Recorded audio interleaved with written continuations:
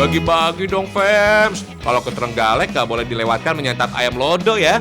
Sekilas ayam lodo mirip dengan opor ayam, tapi ayam lodo memiliki cita rasa khas, asap, dan pedas. Biasanya sih ayam lodo disajikan masyarakat Tulung Agung dalam acara syukuran, upacara adat, atau buat tangan. Wajib dicoba deh. Tapi kalau terlalu jauh santap ayam lodo di Trenggalek, kita ajarin aja deh cara buatnya.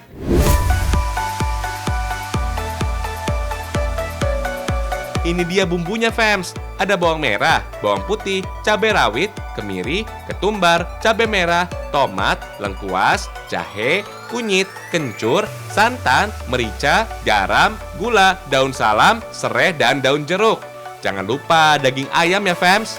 Ayam yang digunakan harus ayam kampung, biar rasanya lebih gurih.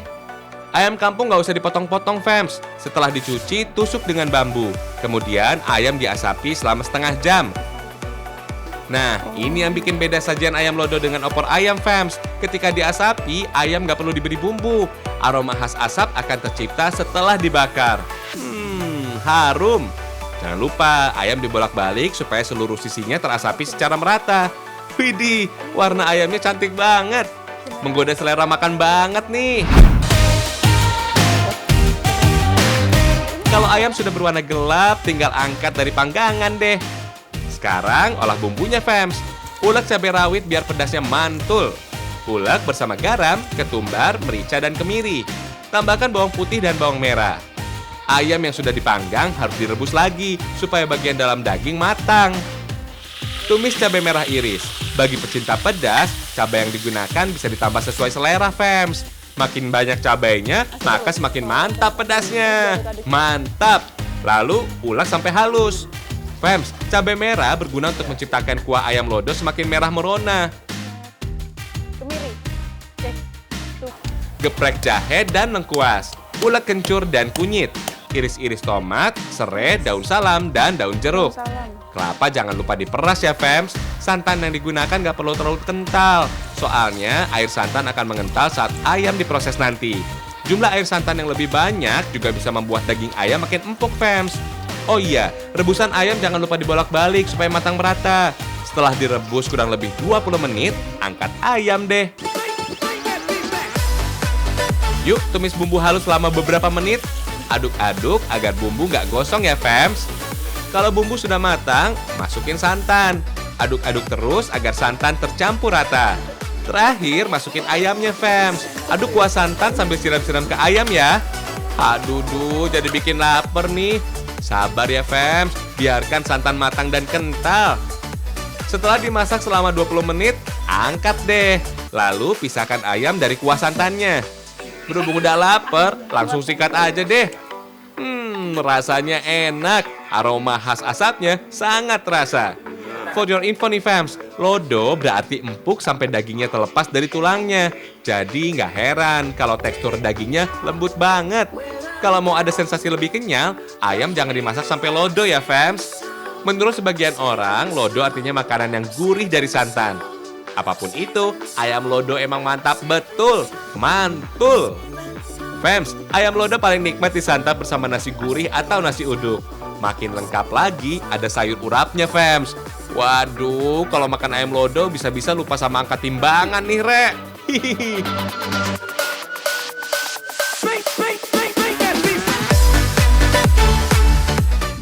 Setiap daerah di Nusantara emang punya olahan ayam tradisional, Fems. Tapi Gorontalo punya menu ayam bakarnya yang khas tuh. Namanya ayam bakar Iloni. Ayam bakar khas Gorontalo beda dengan ayam bakar lainnya, Fems. Sebelum dibakar, ayam dibumbui dengan kuah santan. Biar nggak penasaran, yuk kita lihat cara masak ayam Iloni. Bahan untuk bikin ayam bakar Iloni adalah jenis ayam kampung, Fems. Setelah dibersihkan, ayam kampung dipotong jadi 4 bagian. Kalau mau lebih banyak, boleh kok dipotong sesuai selera aja. Bumbu si duo bawang tetap jadi andalan ya, ditambah kemiri biar rasanya makin gurih. Si kuning kunyit juga digunakan untuk menciptakan warna bumbu. Karena ayam bakar Iloni bercita rasa pedas, wajib dong pakai cabai rawit. Masak santan dengan garam dan gula. Harus sambil diaduk ya, Fems, biar santannya nggak pecah. Kalau udah mendidih, masukkan potongan ayam kampung. Masak ayam dalam santan selama kurang lebih 15 menit. sampai tekstur ayam matang dan dagingnya empuk. Sambil menunggu ayam matang, kita siapin bumbu halusnya. Tumbuk bawang putih, disusul cabai rawit dan kemiri. Tambahkan garam dan gula secukupnya. Lanjut tumbuk bawang merah dan kunyit sampai halus, Fems. Ayamnya udah mateng tuh. Angkat ayamnya ya, Fems. Pastikan ada sisa santan yang tertinggal dari rebusan ayam. Soalnya sisa santan bisa dimasak dengan bumbu halus tadi. Masak bumbu sampai matang dan santan mengental. Wih, udah kebayang gak tuh gimana rasanya? Pasti kayak rasa dan gurih banget. Kemudian bakar ayam yang sudah direbus santan tadi, Fems. Bakarnya nggak usah terlalu lama ya, soalnya ayam udah matang tuh. Cukup bakar sampai warnanya berubah kecoklatan dan aroma pembakaran khas makin menyeruak. Jangan lupa bolak-balik supaya nggak gosong. Setelah dibakar 5 menit, ayam bakar Iloni udah siap disajikan. Tata ayam dalam piring saji, terus siram dengan bumbu santan yang sudah dibuat tadi. Kelihatannya enak banget nih, bikin ngiler ya, Fems. Hihihi. Fems, ayam bakar juga terdapat di berbagai daerah di Nusantara dengan cara masak yang berbeda tuh. Misalnya ayam bakar taliwang khas Lombok atau ayam betutu dari Bali. Katanya sih, Fems, sajian ayam bakar lahir dari kesederhanaan masyarakat pribumi berabad-abad silam. Zaman dulu kala, teknik memasak dengan cara dibakar adalah cara yang paling umum digunakan oleh masyarakat untuk mengolah makanan.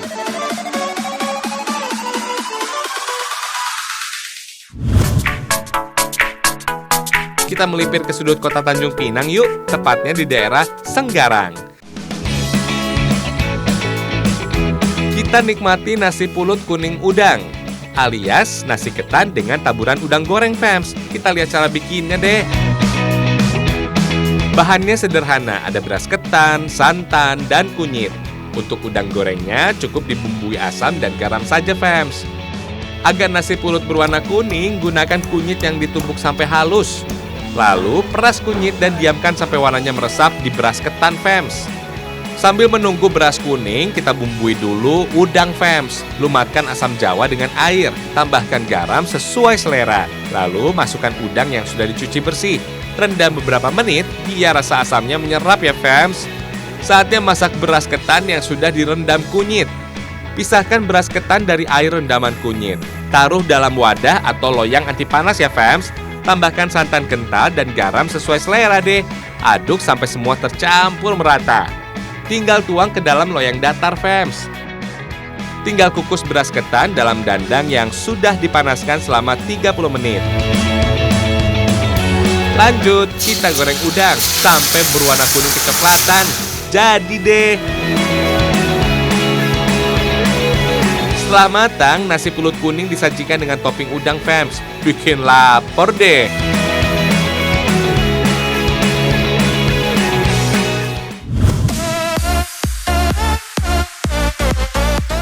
Fems, kita lanjutkan bikin nasi pulut kuningnya ya.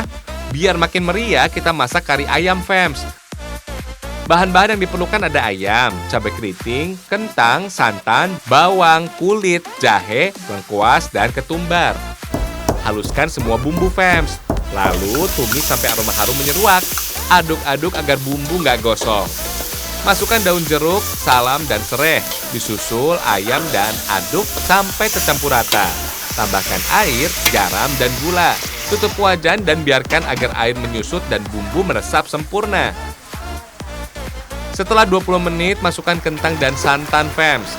Aduk-aduk dan biarkan selama 20 menit sampai ayam benar-benar matang. Kari ayam udah jadi, Fems. Semua masakan siap disantap. Wah, pas banget nih. Nasi pulut kuning udang dan kari ayam disantap untuk menu makan siang. Fems, nasi pulut kuning pulen dan gurih, Fems. Apalagi disantap dengan udang goreng yang rasanya asam dan gurih. Rasa kari ayamnya mantap deh. Di Senggarang, masyarakat biasa memasak semua menu ini saat perayaan Imlek atau Cap Gomeh, Fems. Gak usah heran deh, mayoritas penduduk Senggarang adalah etnis Tionghoa. Tapi kalau buat kita sih, gak perlu nunggu Imlek atau Cap Gomeh ya, Fems. Hihihi.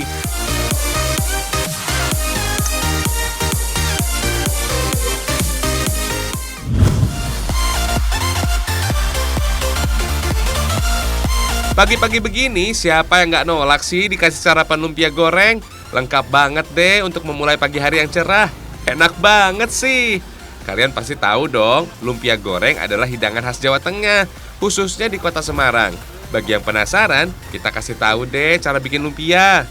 Kita lihat pembuatan lumpia di Kampung Brondongan, Kelurahan Kebon Agung, Kota Semarang. Kampung ini dinobatkan sebagai kampung tematik edukasi lumpia sejak tahun 2017 silam loh. Sebelum dimasak, rebung harus difermentasi selama 1 bulan, fams.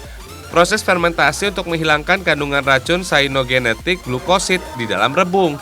Kadar racun dalam rebung bisa larut dengan cara direndam di dalam air tuh, fams. Tuh, proses perendaman ini juga bisa menghilangkan aroma tak sedap rebung. Setelah direndam, rebung diiris tipis-tipis, fams. Nggak ada alat khusus kok untuk mengirisnya, cuma pakai papan yang diberi pisau tajam ini. Tuh, gampang kan ngirisnya? Terus rebung kembali dirajang-rajang supaya bisa menjadi isian lumpia. Hati-hati pegang goloknya ya, fams. Pisaunya tajam banget tuh. Tangan kiri pegang di atas rebung biar nggak melorot, biar kenceng. Lah yang pisaunya itu diayunkan, ya biar biar putus ya, seperti itu. Ini memang kalau kurang halus diulangi lagi. Ya, nanti diambil lagi, ditumpuk situ lagi, nanti bisa diulangi lagi. Kalau udah ahli, merajang rebung cuma butuh waktu 3-5 menit aja, fams. Kalau masih amatir sih, harus lebih ekstra sabar tuh. Dalam sehari, ada sekitar 300 kg rebung digunakan sebagai isian lumpia, fams. Wah, banyak banget ya. Terus bikin bumbu pelengkap lumpia, fams. Ada tepung, gula pasir, garam, dan kecap manis. Sip, udah komplit nih. Langsung bikin yuk. Campurkan kecap manis ke dalam panci berisi air, fams. Tambahkan gula pasir dan garam. Aduk sampai rata ya. Terus rebus sampai matang deh. Lanjut, kita bikin adonan tepung biar nggak bengong. Hihihi. Masukin air secukupnya ke dalam wadah berisi tepung. Aduk-aduk sampai semua tepung tercampur rata deh. Setelah air mendidih, masukin adonan tepung tadi. Aduk secara perlahan supaya nggak tumpah, fams. Kalau udah bening, tandanya udah matang dan siap untuk disantap. Oh iya, salah satu warung lumpia yang terkenal adalah Lumpia Gang Lombok, fams. Lokasinya ada di kawasan Pecinan, Kota Semarang. Lumpia Gang Lombok emang terkenal sangat legendaris, soalnya sudah berdiri sejak 100 tahun yang lalu. Sekarang sih penjual Lumpia Gang Lombok sudah ditekuni oleh generasi keempat, fams. Soal rasa, jangan ragu deh, tetap terjaga dari generasi pertama. Warung ini menjadi cikal bakal melegendanya lumpia khas Kota Semarang. Soalnya warung ini pertama kali menjual kudapan isi rebung. Menurut sejarahnya, lumpia Semarang pertama kali hadir pada abad ke-19. Saat itu, seorang lelaki bernama Choa Chaijo, kelahiran Fujian, Tiongkok, memutuskan untuk tinggal dan menetap di Semarang. Untuk memenuhi kebutuhan hidupnya, ia menjual makanan yang berisi daging babi dan rebung. Saat bersamaan, ada juga seorang wanita bersama Wasi yang menjual makanan serupa, tapi isiannya berbeda karena menggunakan kentang dan udang. Seiring perjalanan waktu, budaya Tionghoa dan Jawa menyatu tuh. Bisnis makanan Choa dan Wasih berpadu, sehingga tercipta sebuah kuliner baru untuk melengkapi kesempurnaan makanan lintas budaya antara Jawa dan Tionghoa. Karena Semarang adalah sebuah melting pot, itu sebuah peleburan berbagai etnis yang secara kebudayaan kemudian ia menyatu. Beda dengan salad bowl. Salad bowl itu menyatu tetapi wortelnya tetap utuh, kolnya tetap utuh, sawinya tetap utuh. Melting pot itu terintegrasi menjadi satu adonan. Nah, lumpia itu mengadon gitu loh.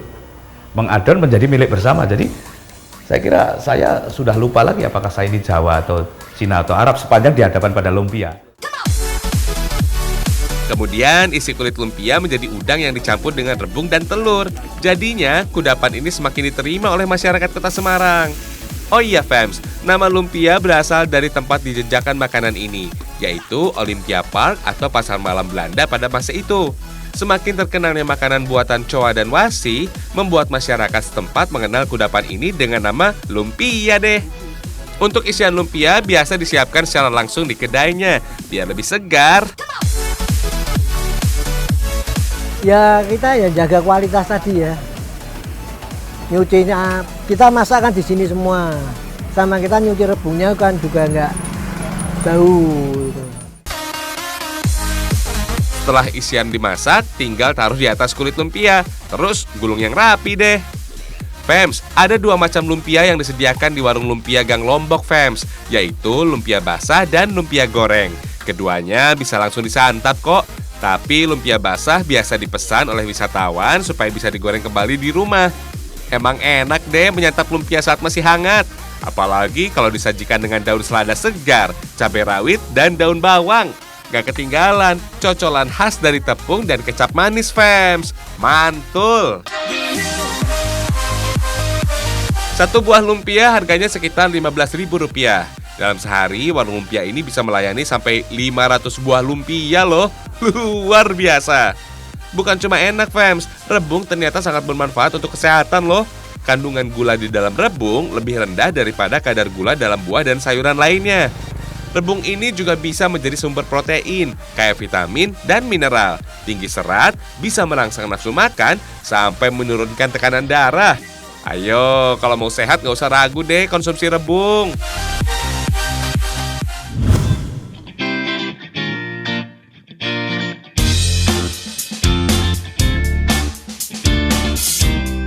Kalau ke Gorontalo wajib melihat matahari tenggelam di perkampungan suku Bajo di desa Torosiaje. Kenapa wajib sih? Soalnya perkampungan ini berada di tengah laut, Fems. So, pemandangan matahari tenggelam menjadi hiburan gratis di sini. Hihihi. Fems, letak desa Torosiaje memang cukup jauh dari pusat kota Gorontalo.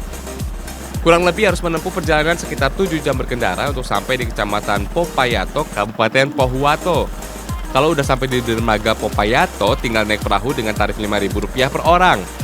Jaraknya dari daratan juga nggak jauh kok, Fems, cuma sekitar 600 meter. Begitu memasuki perkampungan Torosiaje, langsung terlihat deretan rumah-rumah panggung. Ada yang masih menggunakan pilar kayu, ada juga yang sudah menggunakan beton. Tapi semua bangunan rumah masih terbuat dari kayu kok. Semua rumah dihubungkan dengan koridor kayu yang panjangnya mencapai 2,2 km. Ini sudah hampir 400-an kepala keluarga yang tinggal di desa ini, Fems. Oh iya, untuk pembangunan rumah di sini ada batasan dan syaratnya loh. Kita juga ada batas-batas ya, ada zona-zona yang memang tidak bisa dibuat pemukiman oleh rumah penduduk ya, karena membahayakan. Kemudian yang misalnya ini saya ambil contoh di sini perkampungan ini. Jadi untuk kedepannya itu nggak bisa karena mengingat di situ juga sudah ada terumbu-terumbu karangnya, terus juga rawang angin karena lintasnya angin di situ. Jadi masyarakat nggak bisa membangun di situ lagi. Mayoritas penduduk desa Torosiaje bekerja sebagai nelayan dan pembudidaya ikan di Karamba. Sebagian ada juga yang bekerja di daratan Popayato tuh, Fems. Jalan-jalan di desa Torosiaje memberikan kesan tersendiri yang unik, Fems. Berjalan di sepanjang koridor sambil menikmati pemandangan lautnya yang jernih dengan aneka ikan yang cantik.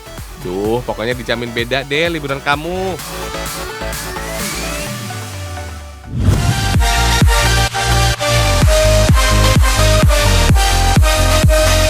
Kalau udah kenyang, kita kunjungi objek wisata andalan Kabupaten Pangandaran yang ada di Kecamatan Cijulang. Di sini, kita bisa menikmati serunya berpetualang menyusuri derasnya aliran sungai Cijulang dengan hamparan bebatuan dan pemandangan alam yang menawan. Cocok nih buat kalian yang suka tantangan di alam, sambil body rafting, Fems. Kita bakal menuju tempat yang bagus deh pokoknya. Namanya Cukang Taneuh alias Green Canyon. Oh iya, Fems, body rafting sangat aman loh, termasuk buat kalian yang nggak bisa berenang. Tapi harus gunakan peralatan keselamatan dan ikuti segala arahan pemandu atau operator. Fems, Sungai Cijulang adalah jenis sungai kuno atau purba dengan karakteristik gua dan bebatuan di sekeliling aliran sungainya. Dari beberapa spot gua dan bebatuan yang dilewati, banyak yang menghasilkan tetesan hujan terus-menerus dari atas batunya. Indah banget, Fems, pokoknya. Kalian nggak bakal nyesel deh kalau kesini. Di sini ada 2 jarak tempuh yang bisa diambil para peserta body rafting. Ada yang trek panjang, ada pula yang trek pendek. Kita akan mengarungi indahnya panorama alam melalui Sungai Cijulang di Pangandaran selama 3-4 jam. Oh iya, Fems, objek wisata Sungai Cijulang biasa disebut dengan Cukang Taneuh atau Green Canyon. Tapi belum ke Green Canyon deh kalau belum berani menaklukkan tantangan melompat dari atas batu setinggi 5 meter ini, Fems. Ayo, siapa berani? Hihihi.